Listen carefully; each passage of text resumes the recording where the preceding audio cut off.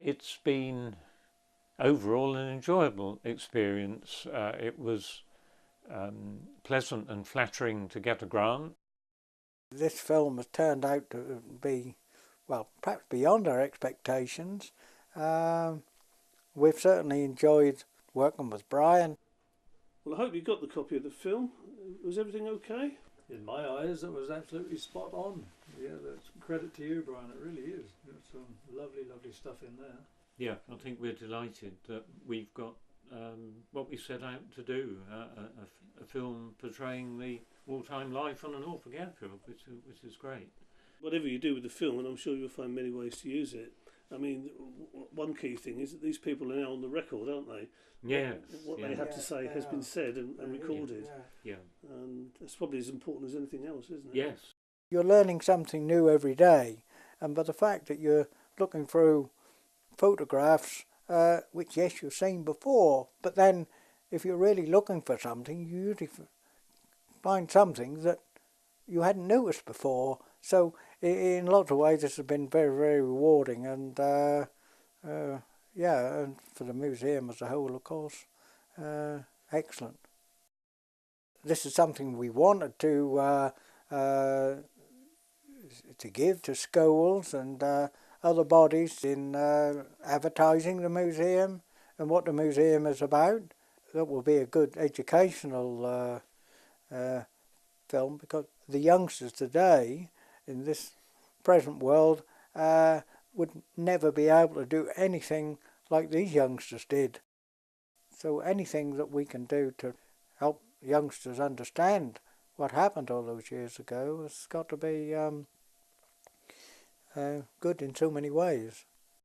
Schools will, I suppose, be the priority. It can go ahead of me to just give them an insight as to what actually happened here on base. And when I follow along with my PowerPoint presentations, it's going to make, well, first of all, my job more easier, and it's going to, I won't be sort of playing cold, so to speak, to a cold audience. They will have some idea as to what they'll be expecting. And so yes, it's going to be a great asset. I really do feel that.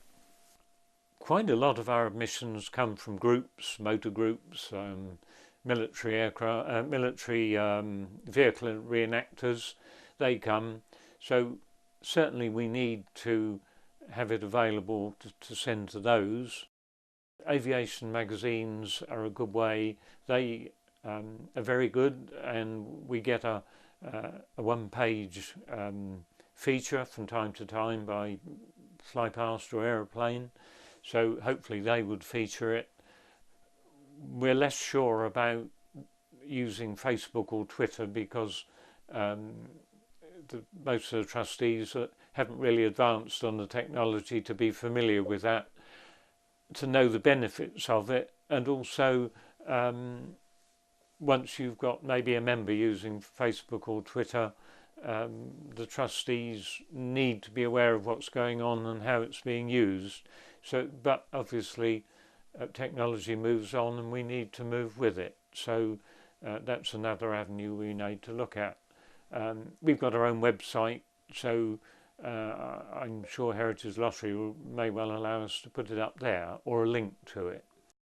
For me, I'm just proud to be associated with it, because it is such a high standard, and the actual subject matter is dear to my heart, and so I can only but give that part of it my all. And I was just so pleased to be able to be a part of the finished result, and the finished result is superb.